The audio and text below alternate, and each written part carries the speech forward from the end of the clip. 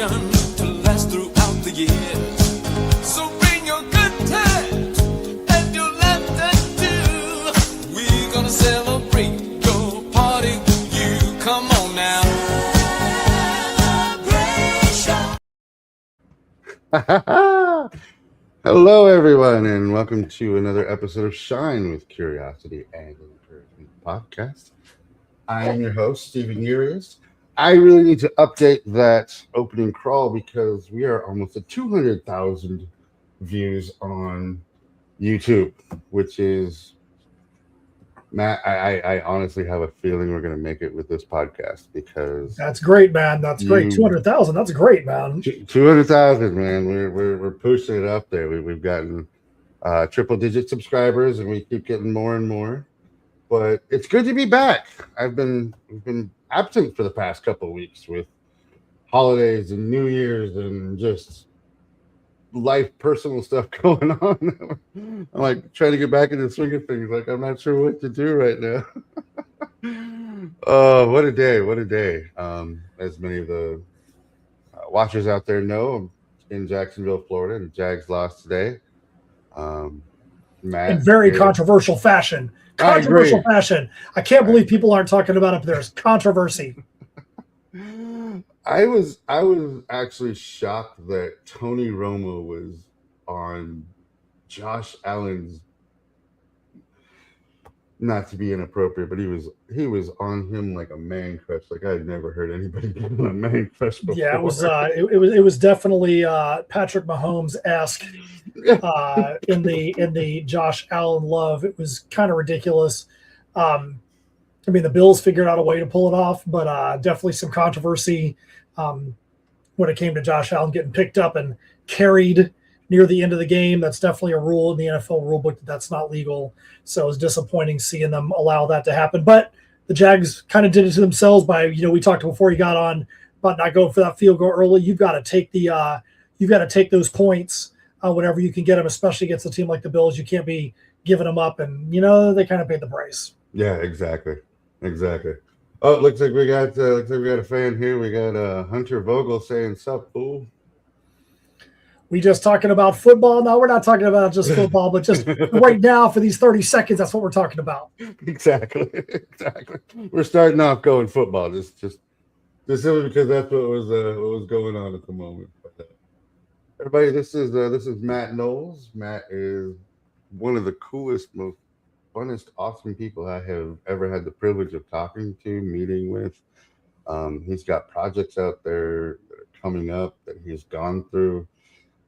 If you're a nerd like me, this interview is going to be the best. It's going to really be the best. So, Matt, why don't you take a moment, introduce yourself to our viewers, and let us know more about you. Sure. My name is Matt Knowles. I'm one half of Insymmetry Creations. If you go back just a little bit in the on the YouTube shows, you'll see that Steven did an interview with the other half of Insim, STEPH CANNON. I'm in Florida. She's in California. We do a bunch of different titles. We've got 5 different comic titles that we do. I'm also a metal musician, so there's metal music that ties into our different titles that we have. Do a lot of stuff with live shows and events, whether it's us out there representing Insymmetry Creations or it's me doing panel hosting and emceeing at conventions. Steph also does movie reviews and horror and geek cultural articles. On our website, she's got over 100 bylines from sites like Fangoria, Horror Geek Life, Creepy Kingdom. We also are starting to do some articles that are hosted exclusively just on our site. She gets so many requests for review that we want to make sure all of them get up there. So some of them we're just exclusively putting on our site as well. But yeah, so that's the in a nutshell from my creative side, basically what I do. Very cool. I am going to switch this up here a little bit and put you in the main focal point here because you are the guest of honor here. So, Matt, that was an awesome introduction. But what made you want to produce comic books? Well, it was interesting because I never really set out to want to do comics in a sense. My history was being a metal musician, and that was what I did from the time I was in high school up until, say the mid 2000s, late 2000s. And I just got really burnt out on the industry and this things in the business side of it just weren't fleshing out the way that it just didn't make sense. I was just burnt. And I took about 7 to 10 years, however you want to angle it, completely off from any kind of content creation. And then when I decided to get back into it, I was like, I want to create some more music, but I wanted there to be a side story attached. So writing comics, I was like, I'm going to do a couple of songs and have a quick little side story. And then a couple of songs turned into a full album with a unpublished a novel. And then that turned into a fleshed out illustrated novel / comic series, which is how Steph and I ended up meeting. And then from there turned into actually developing full comic series and such from there. And that's where we're at now is, running basically with comics and graphic novels as the primary focus and everything else as a secondary, accessory to the main thing that we do. Remind me again how many comic books you have out now that you have made? So there's 5 different series. As far as actual releases, I think that we counted. I think we're somewhere in the little 30 to 32 actual releases because Heirs of Isildur, which is the main flagship title, there was an 11-issue arc that turned into a graphic novel, and that one was more on the illustrated novel side. But then since then, there's been 6 more releases there, and then we've had a lot of releases that are Tales from Nocturnia, Misfits Clubhouse, which is all ages, I Am Keto, and then our most recent series, which we're launching our next Kickstarter for, is for Tatsumi, the Serpent Mistress. Issue number 2 is going to launch on Kickstarter on January 27th. And the covers are gorgeous. Now, do you guys do your covers, or do you hire artists for your covers?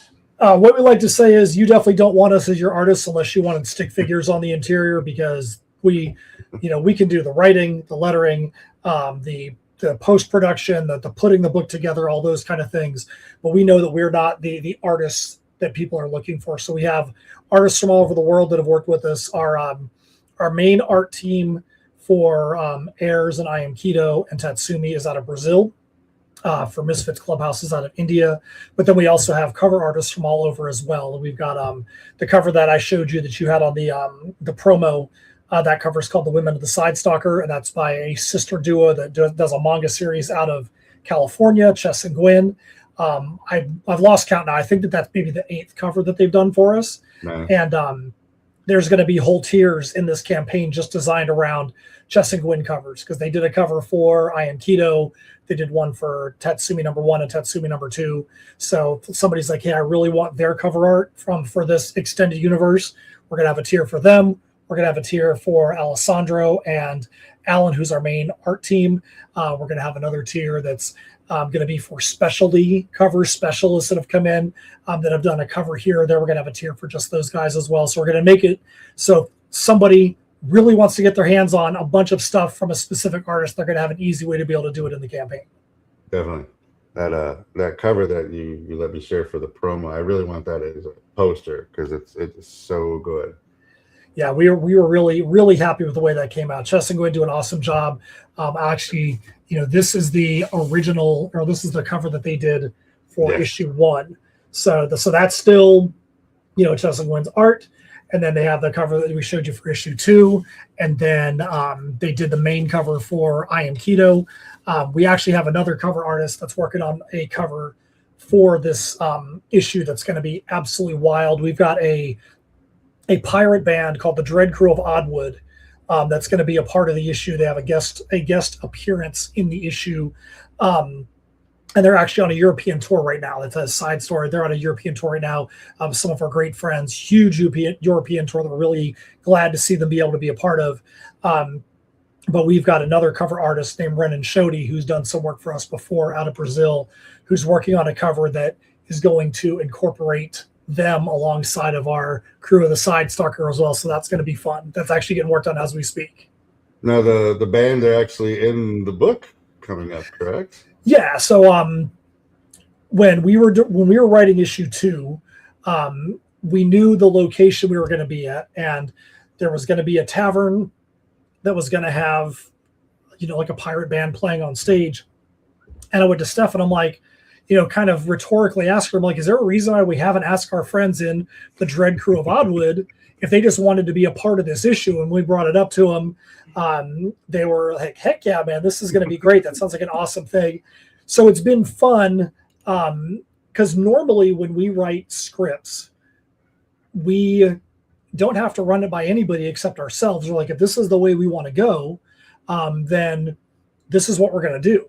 But when you have an outside agent like that involved, they have the right to have input into the way that they're portrayed. I mean, we got to still construct the storyline, but if there's a line of dialogue that's not along the lines of the way that they want to portray themselves as a band, even though they're, hooligans and troublemakers and things like that, they did come back to us and say, hey, this really isn't something that we would say or portray ourselves as. So we rewrote some script and sent it back to them like, yeah, that's much more along the lines.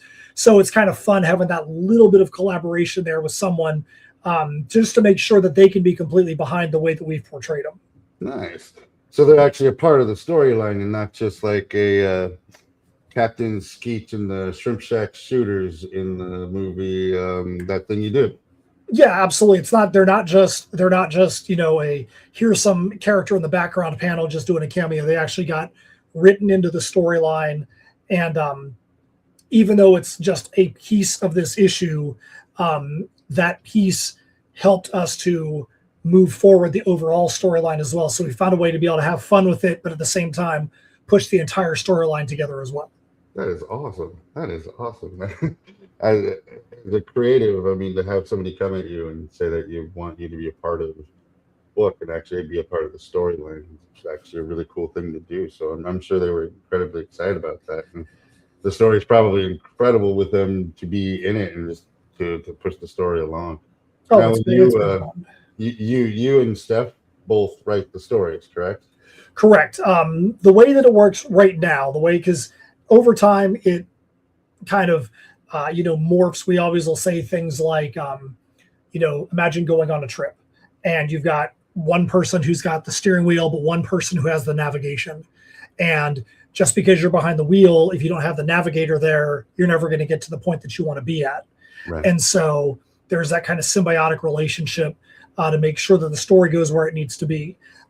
Recently, in our most recent issues, it's been more so where I've been the one behind the steering wheel and she's been more of the navigator, more than co-writing in a sense. But that's also just the way that organically things have happened. It's not like, there's any kind of like mandate that it has to be that way. It's just been, obviously with Heirs of Isildur, that's a storyline that I had been working on since before Steph and I met. And when we got to the end of the Perilous Prospects arc, I needed to be able to wrap the thing up. And so, she's been really good about, hey, what's in your mind, where you're trying to go. And she tries to help make sure that the story is not going to be going off the rails in a sense. So we're always doing read throughs, like whether it be the script or, once it's lettered, because for us, even if we have it in a script, we may think that the dialogue is right, but then when it gets to the art and we see the amount of dialogue we have or the lack thereof, the dialogue is always going to change based on the arts. We'll do other read-throughs as it's going along just to make sure that everything is the way that it needs to be. So there's definitely a dual process to make sure that everything is as it needs to be, so that when we get to the end of the issue, we both can feel like, yep, this is the product that we want to have out there in the market. Very nice. Now, when you write, are you thinking just like one story arc, or are you thinking like a whole series of story arcs? Do you have an ultimate goal in mind as to where you want to take everything? So that's a good question. So for Tatsumi, this one, we've known where we want this thing to go since before we even started writing the story, in a sense. Nice.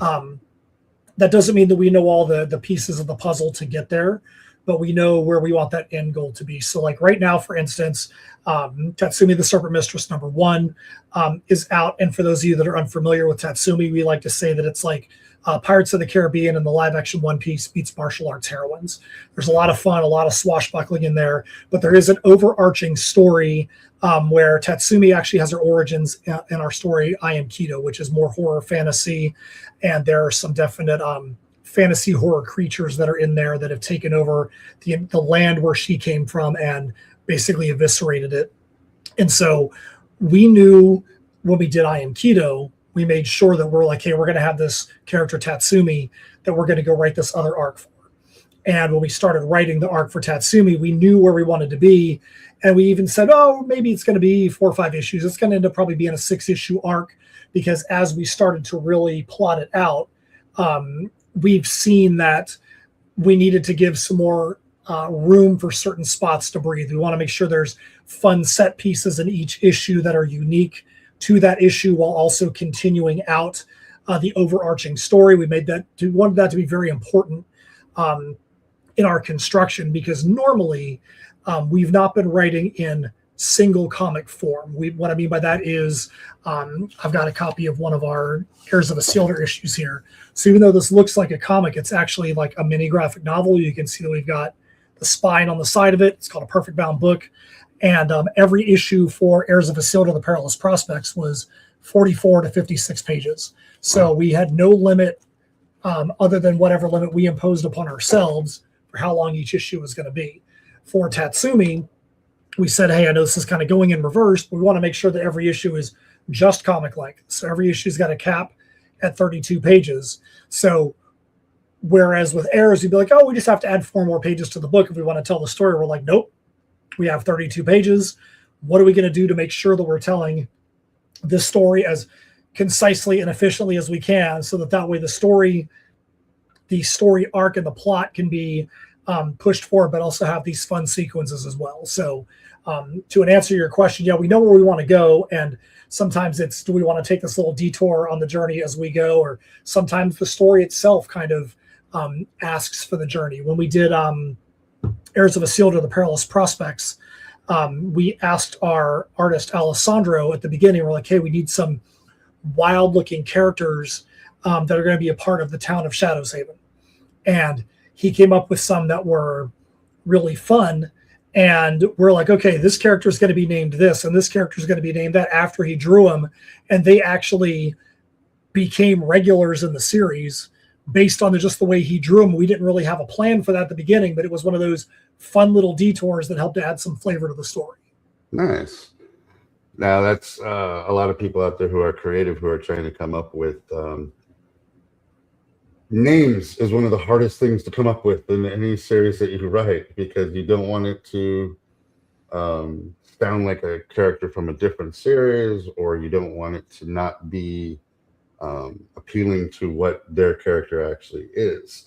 So coming up with names, how do you go about coming up with names? Do you go in like a Google history of things like that? Do you side-by-side comparisons? Anything and everything. There has been, I can tell you that we had a medieval fantasy series called Tales from Nocturnia.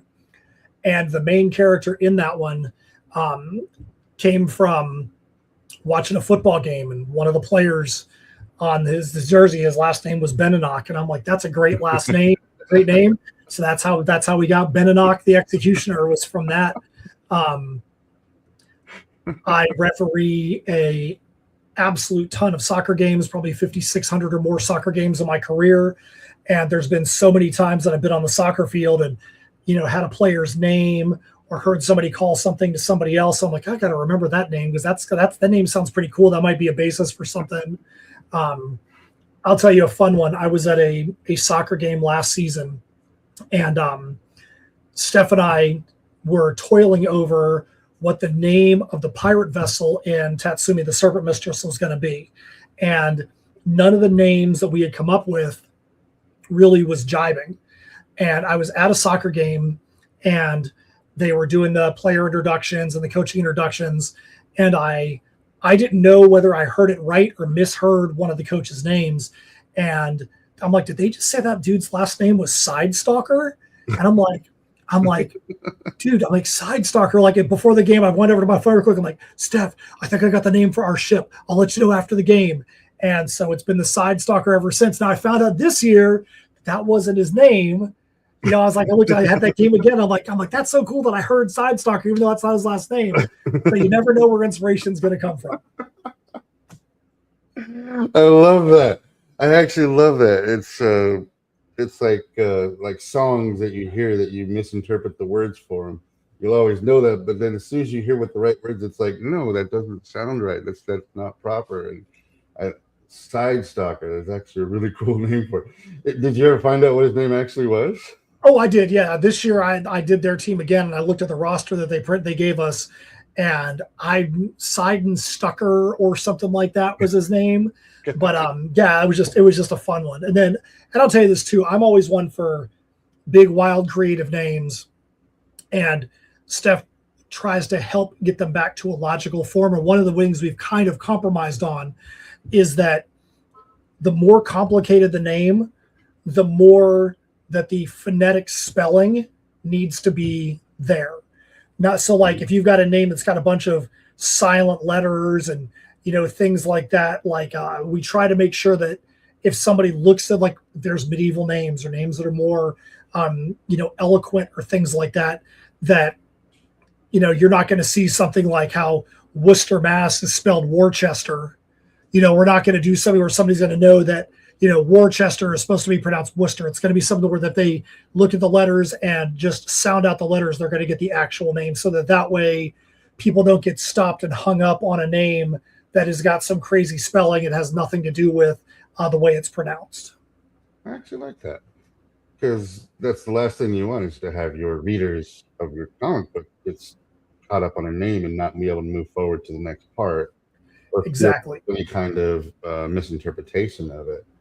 Yeah, misinterpretation, or just getting pulled out of the story for a minute. Like, well, what are they even trying to? Why would they go and spell this thing wrong for no reason?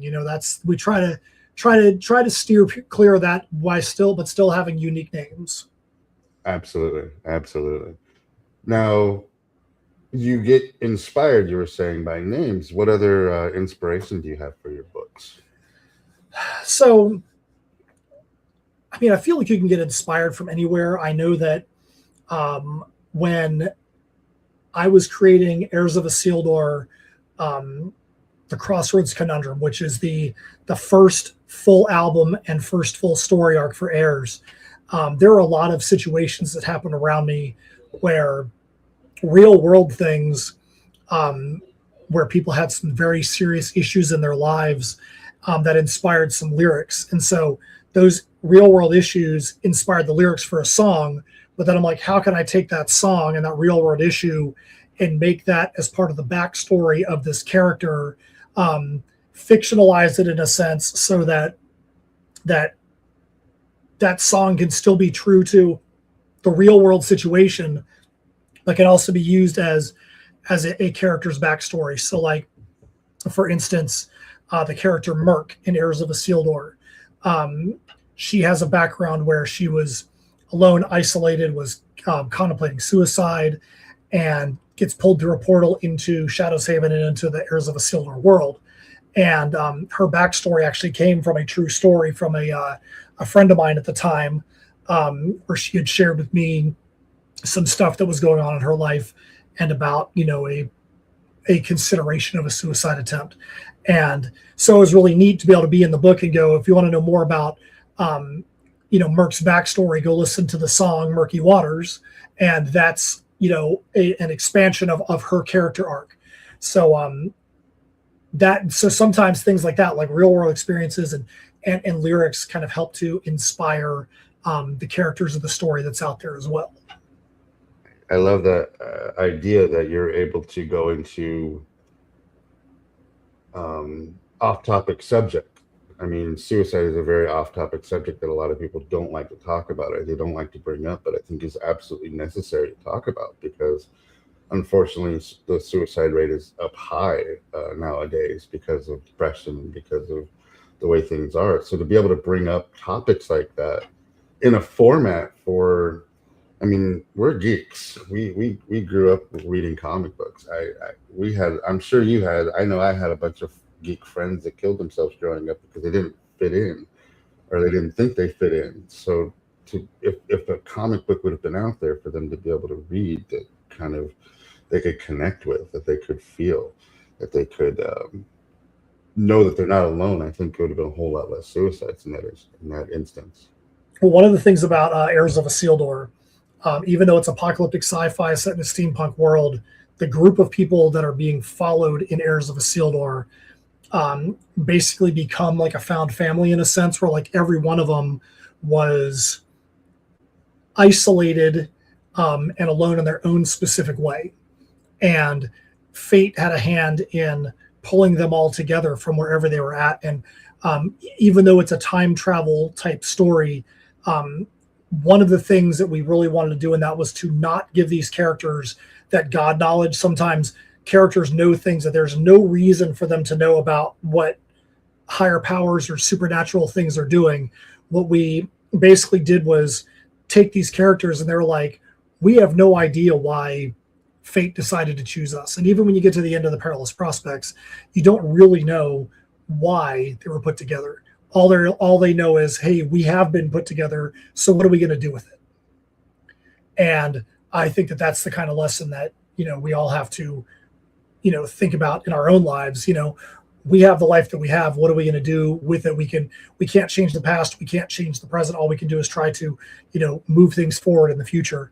And, I think that that's a big thing that people really need to focus on is, we can't do anything about the things that have already happened. All we can do is control that path forward. I agree. And I love that you're putting that out there. Mainstream comics. And I mean, I grew up, I think we're the same age. I don't know, but I think roughly the same age. Roughly the same age. Close enough. With Marvel's X-Men, when Jim Lee took over the X-Men is when I really got into comic books, huge. And to see where that is now to where it's become, because Marvel basically sold out to Disney and they wanted to make all their money onto the movies. People are reading less and less because they have that low attention span now. They need that constant, instant, what do you call it, gratification or whatever. Yeah. But I think comic books still provide that, because it's not just, it's not this words on a page. It's pictures, it's story, it's emotion, it's breadth, it's everything. And I'd like to get people more back into reading comic books. Well, and I think that one of the things, one of the lessons that we can learn from a Marvel or a DC, and I'm not going to say that the way that they do it is the right way, but they've got their IPs out in as many possible mediums where they can be consumed as you possibly can. And I think that comic writers and novelists and all need to take some lessons from that, because, as my late brother would always say, you never want to be in the sales prevention department. You always want to find a way to, if there's a way to get what you're doing into the hands of someone, go ahead and do it. And, whether it be in a written book, whether it be an illustrated book, whether it be videos, whether it be music, whether it be merchandise. I mean, you're wearing a piece of your merch. I'm wearing a piece of our merch. There may be somebody that doesn't care about books, but they love the design of your shirt, and they go and get that shirt.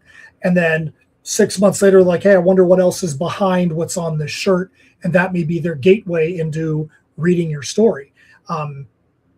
Give people opportunities to find your story and find their door into the world you're creating. Our mantra is creating characters you can relate to and universes you want to escape into. And so we want to give people whatever pathway to get into that universe that they possibly can. That is fantastic advice. That may have to be my resolution for this year. I still haven't come up with a resolution this year, so that may be it. Be discoverable. Put yourself out there so that people can find you. I mean, that's exactly right. The less steps people have to go through to get to you, the more chance they're actually going to take those steps to get to you. Because if you make it so difficult, they're going to go on to the next person that's a lot easier or is more in their face to be able to go in and get that thing that's easier. I love that. Now, one of the pros about being a comic book creator is you get to go to Comic Cons. Absolutely. You get to go to Comic Cons all over the place. And we're friends on social media, and I see all of these pictures and moments of you and Steph at cons. It is like the coolest stuff out there. I get like so 12-year-old schoolgirl when I see you guys on doing cons. So what is the biggest and what is the best part about going to the cons? Well, I'm going to give you two different answers on this one because there's completely two different sides of this. The first on my first answer is going to be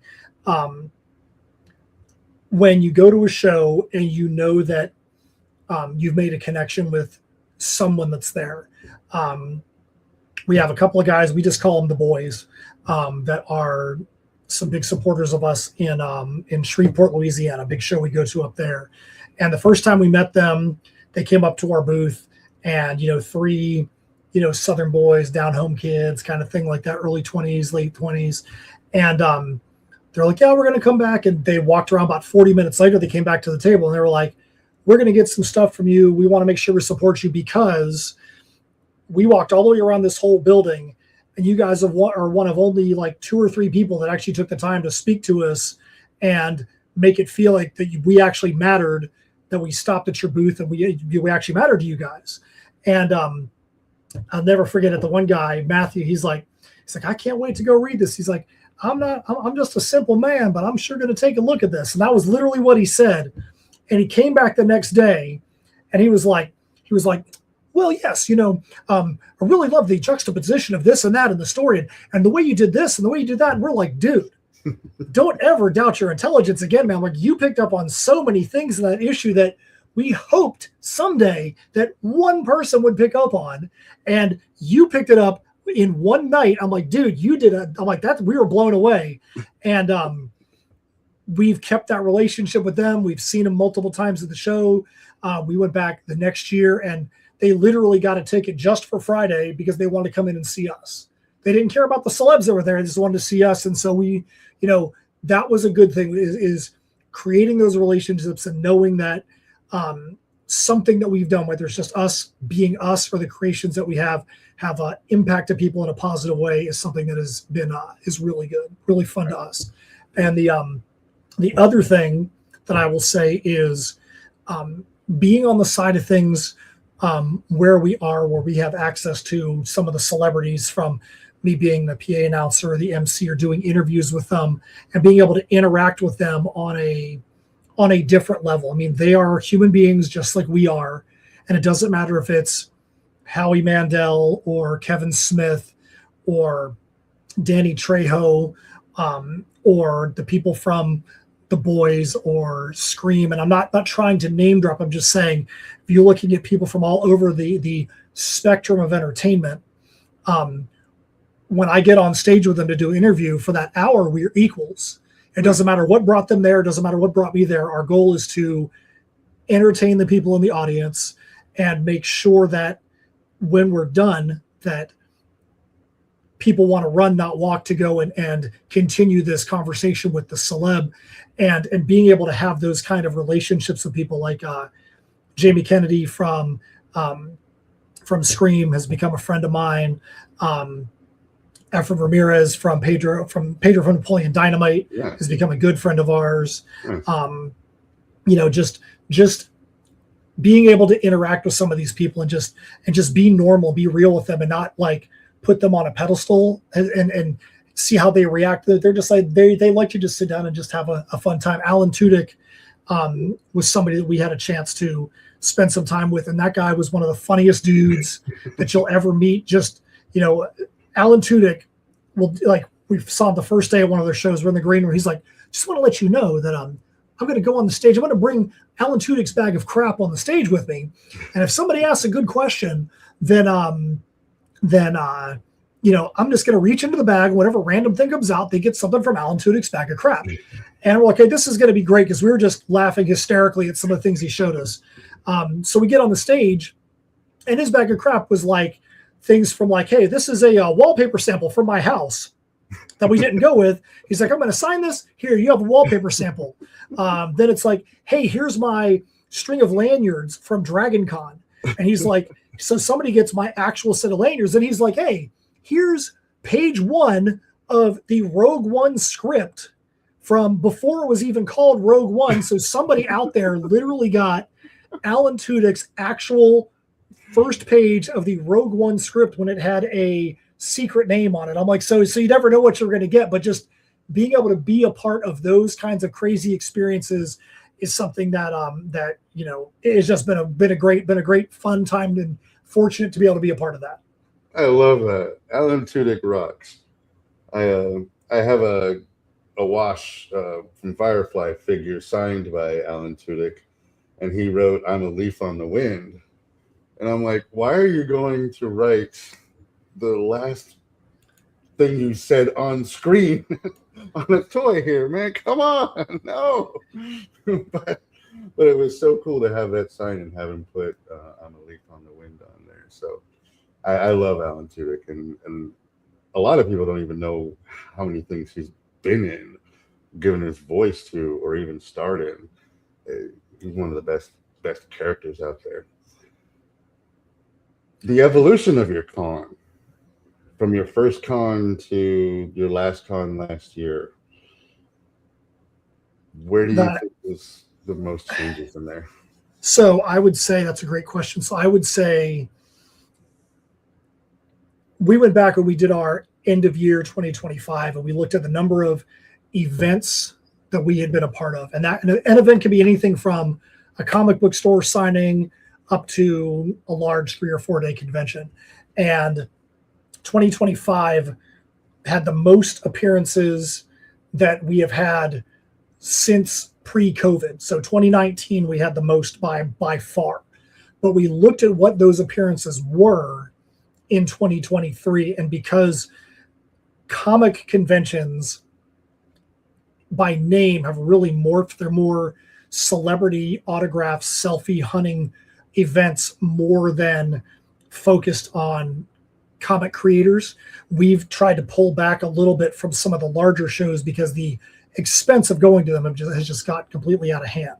So we had probably more comic store single day pop-up event signings than we did anything else in 2023. And I would say where we're at now is we want to be much more deliberate and discerning about what shows we're going to be at and why, because if the cost to attend is going to be too much, and it could be the cost for both Steph and I to come out because you're going to have more extra travel involved.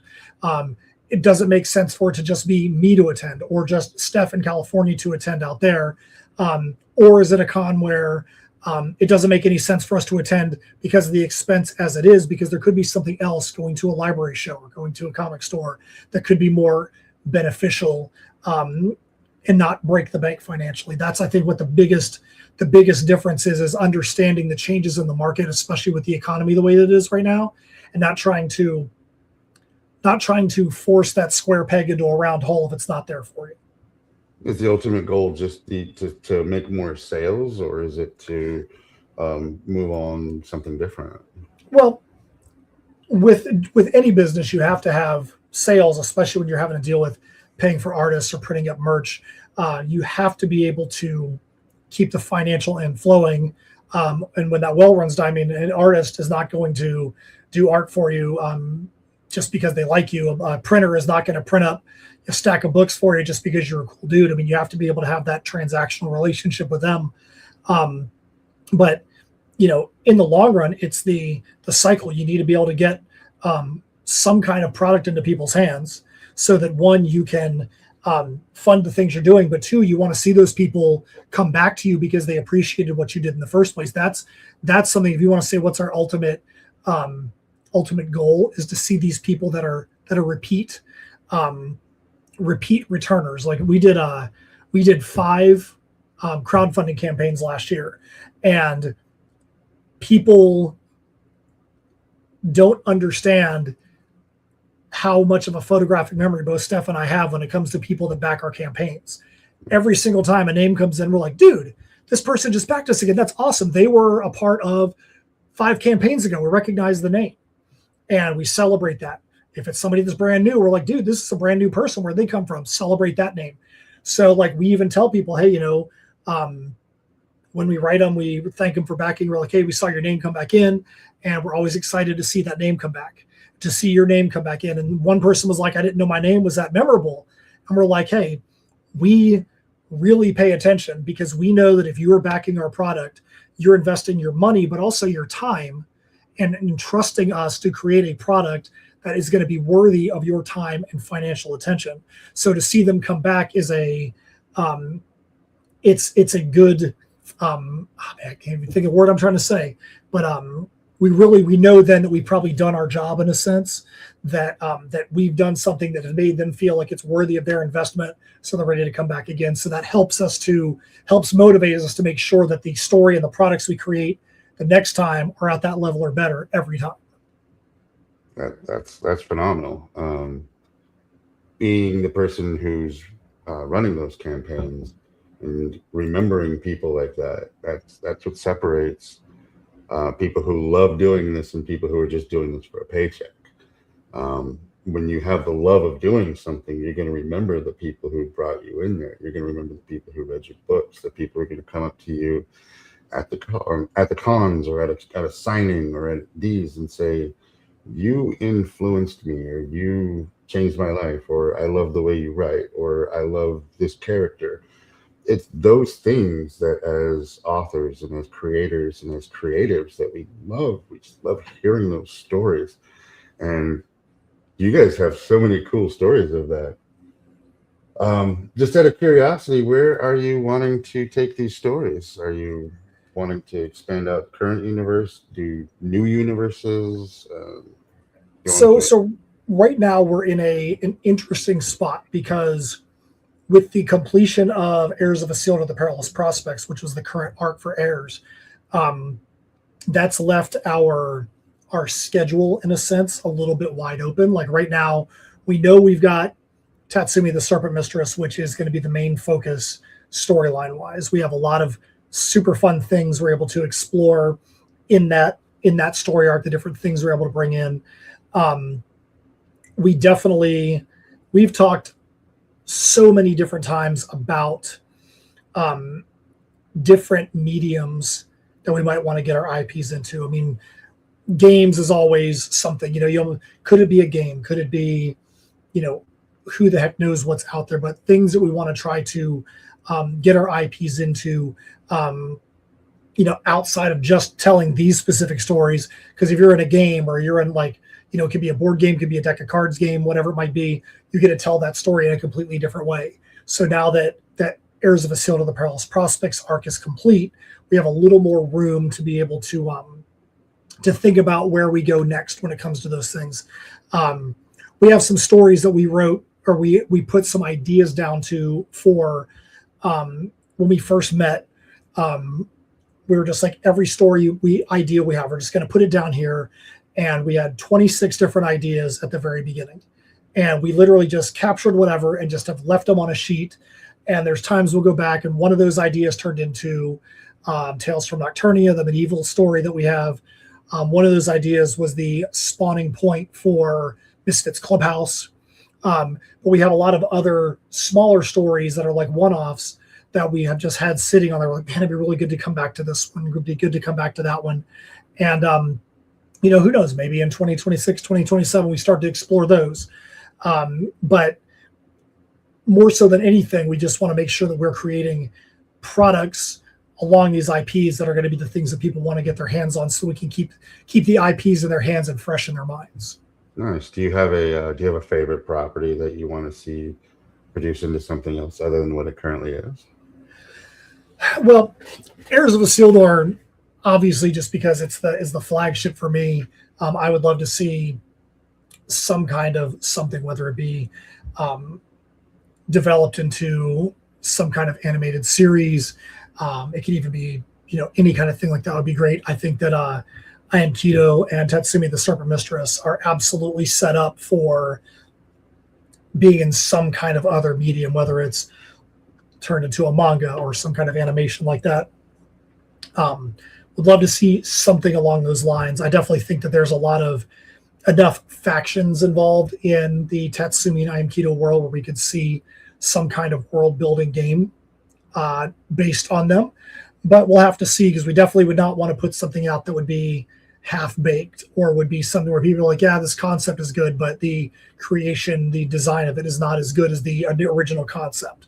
So, we, like I said, we are really wide open to those things, but we definitely know that we don't want to just expand what we're doing just for the sake of expansion. We want to make sure it's very deliberate, so that way we know either A, we have an ability to market it online the way that we do through our crowdfunding campaigns, or it's something that organically would make sense being on our table at an in-person event.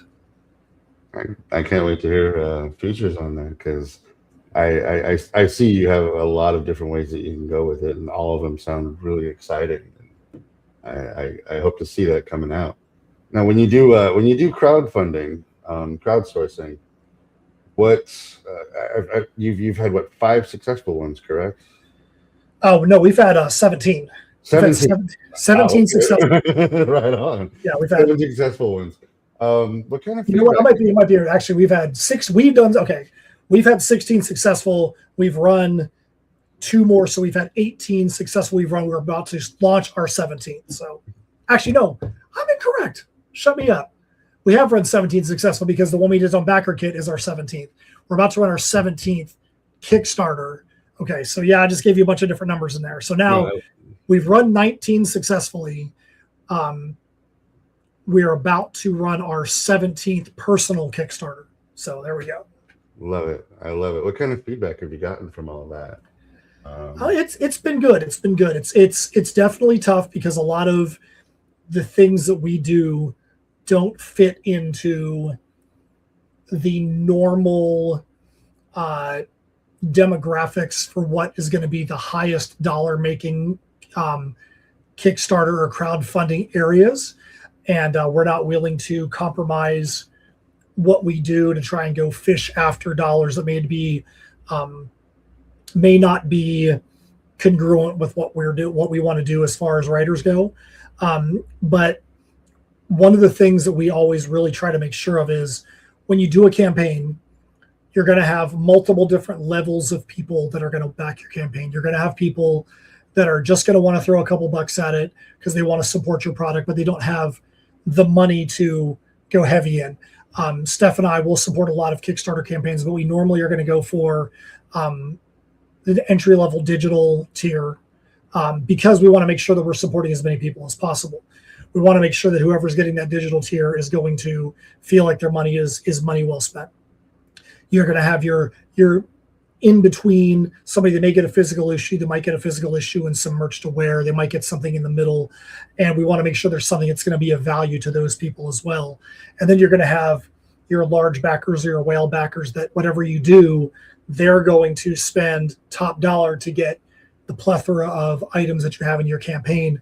And so we literally, every time we put a campaign together, look at every one of those groups, and we're like, if you're somebody that's just coming in to get the entry level, is there an entry level that's value? Is there a step up from that entry level that they're like, hey, I might want to get one thing plus a little bit more? Do we do that right? Do we have stuff that's going to be of value to that middle level person? And the people that are on the top end, they actually motivate us a lot too, because we're like, hey, somebody, like we've done regular covers and variant covers and homage covers and foil covers and metal covers and any kind of combination. We just started doing some wood engraved covers on our campaigns. And so, people like those things. They've responded to them. So in the campaign that we have coming up, you're probably going to see some variation of every one of those. You're going to have regular covers and foil covers and metal covers and a wooden cover as well, different levels of rarity on those things, because there's some people out there that want those things. And so if they want them, why would we not make them? If we can get them where we're not having to go, the key is to not make sure, you want a wood cover, you have to get a 50 or 100 piece minimum. No, we're not going to do that, because you're going to be sitting on most of them. We have a lot of basically buy purchase with some of our people. They're like, yeah, if you want 3 wood covers, good, I'll make you 3 wood covers. Let's do it. Very cool. Very cool.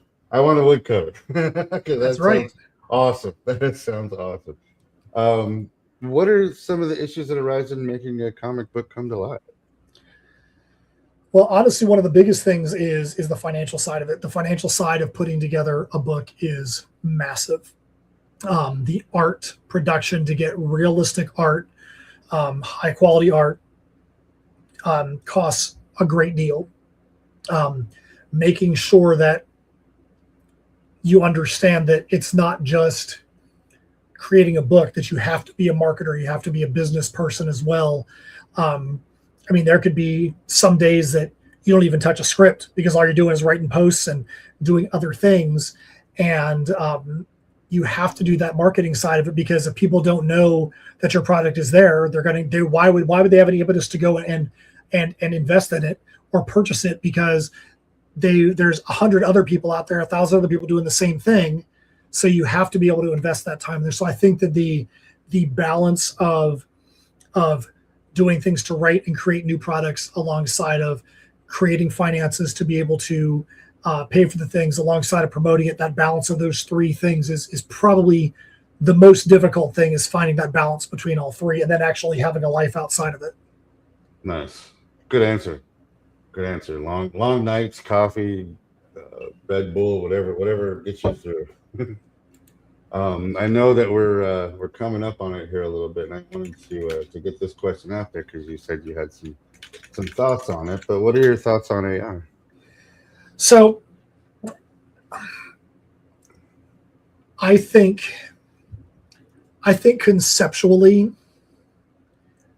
that a lot more people accept AI than they are willing to admit, because how many people have an Alexa, or how many people have things like that that are a part of their normal daily life? That's AI as much as the next thing.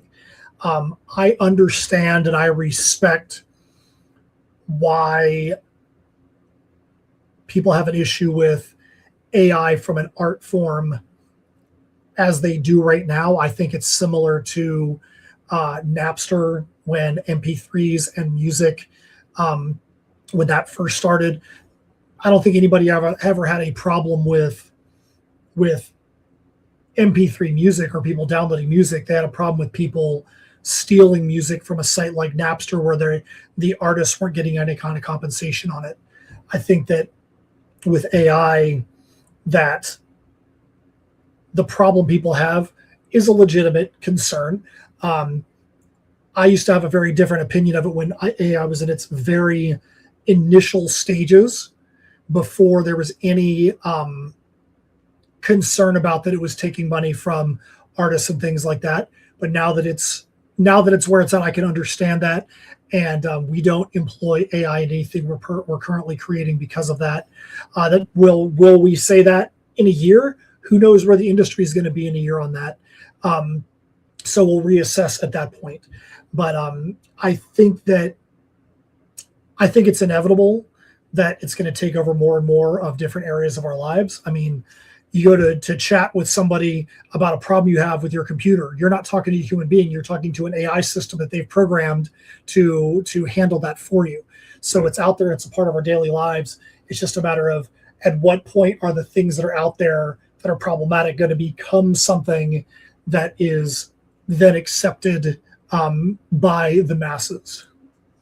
Well, one thing I noticed about AI, especially this last holiday season, is that I would say 85 to 90% of the ads promoting products for holidays was made with AI. And the Coca-Cola commercials especially all had the little waiver on the bottom left-hand corner where it said made by AI. Does Coca-Cola get away with it because they're using their brand? Absolutely. It's their brand. They own the name. They own the polar bears. They own, I think I read somewhere they even own Santa Claus or something like that. That Santa Claus, is owned by Coke. So it is. It's becoming a part of our culture. The hard part about it is there's absolutely no regulation on it. So anybody can just take your work, turn it into AI, and then turn it into something, and they can market it for themselves, and they get paid on it, and you lose out on all that marketing of it. So there needs to be some kind of regulation into it. Yeah, I think one of the biggest things that's happened recently is with Spotify, where there's a lot of AI music, and a lot of times the music is, you can sometimes barely tell the difference between something that's created with AI and something that isn't. And the big thing that's come out recently is that allegedly there are some people at Spotify that were creating this AI music and then pushing it to the tops of their charts and their algorithms, and then they were collecting the Spotify royalties back off of those. And there was a big stink about that, which I completely agree with, because they basically are unleveling the playing field and harming real artists by doing that. And so I do agree with you. There has to be regulations and compensation and ways for people to be able to still profit off of those things, even if it's not them that's using it. But I don't know what the answer is. I know that we don't have that answer right now, and I don't know what that answer is, but I think that at some point in the near future, we're going to start seeing those kind of things, just like broadband allowed us to get to a better spot when it came to downloading MP3s and things of that nature, and streaming services and all that. So who knows where we're going to be in 12 months to 24 months. We'll just have to see then if it's gotten any better. Agreed. But you brought up the perfect example of Napster. Napster would have not had anything happen to him if Metallica didn't step in there and be like, "Hey, this is our songs. We're not getting paid for them." And then once they stood up, then they had more bands follow up behind them saying, "Yes, this is wrong." They were the ones that rocked the boat, and they got regulation into it, and Napster eventually shut down on there. Oh, it has been a fantastic interview here, Matt. I didn't believe we've come up to almost an hour here. I know you've got something to do, but before you go, is there anything you wish to share about? Oh, wrong question. Sure. So the most important thing right now, we're getting ready to launch Tatsumi the Serpent Mistress #2. This is the cover of Tatsumi the Serpent Mistress #1 right here. It is like Pirates of the Caribbean and One Piece beating your favorite martial arts heroine. We are super stoked about this upcoming issue. It's going to have a cameo appearance from the band The Dread Crew of Oddwood in it. We would love to have you become a backer of this campaign. It's going to launch on Tuesday, January 27th. You can go to tinyurl.com/Tatsumi2. That is TATSUMI and then the number 2, so that way you can follow the campaign and then become a backer and a supporter on day one with us. It's going to be a great campaign. We're going to have so much fun with it. We want you to come along for the ride. And if you're like, hey, I want to see the other things that you guys do, you can go to linktree.com/InSymmetry Creations. That's INSYMMETRY Creations. That's got our web store is out there. You've got access to all of our different stories that we've done. You've got access to all the articles that Steph writes, things, movies, movie reviews, horror geek culture articles for sites like Fangoria, Horror Geek Life, Creepy Kingdom, some exclusive ones on our site as well. We've got metal music videos that are attached to them that are attached to our stories, and a whole bunch of other things as well. So once again, that's linktree.com/InSymmetry Creations. But most importantly, go up there to tinyurl.com/Tatsumi2 and become a part of the Tatsumi the Serpent Mistress #2 campaign with us on January 27th. That is the way to end the show right there, buddy. That was awesome. For everybody who subscribes to the channel, all that information for his websites are on the descriptions. Be sure to check him out on social media and sign up for the newsletter, because the newsletter is freaking awesome. I guarantee you will love that newsletter. Thank you so much. Thank you for coming on, buddy. Thank you for all the information you shared. Go to your thing. I'll wrap up the show, and reach out to me when you're done with your other meeting, man. All right, sounds good. Appreciate it. Thanks for having me on, man. You're welcome, buddy. Have a happy New Year to you, and we'll talk soon. You as well. Thanks a lot, man. Thank you. Wow, that was fun, man. Anybody who knows me knows I am a geek through and through.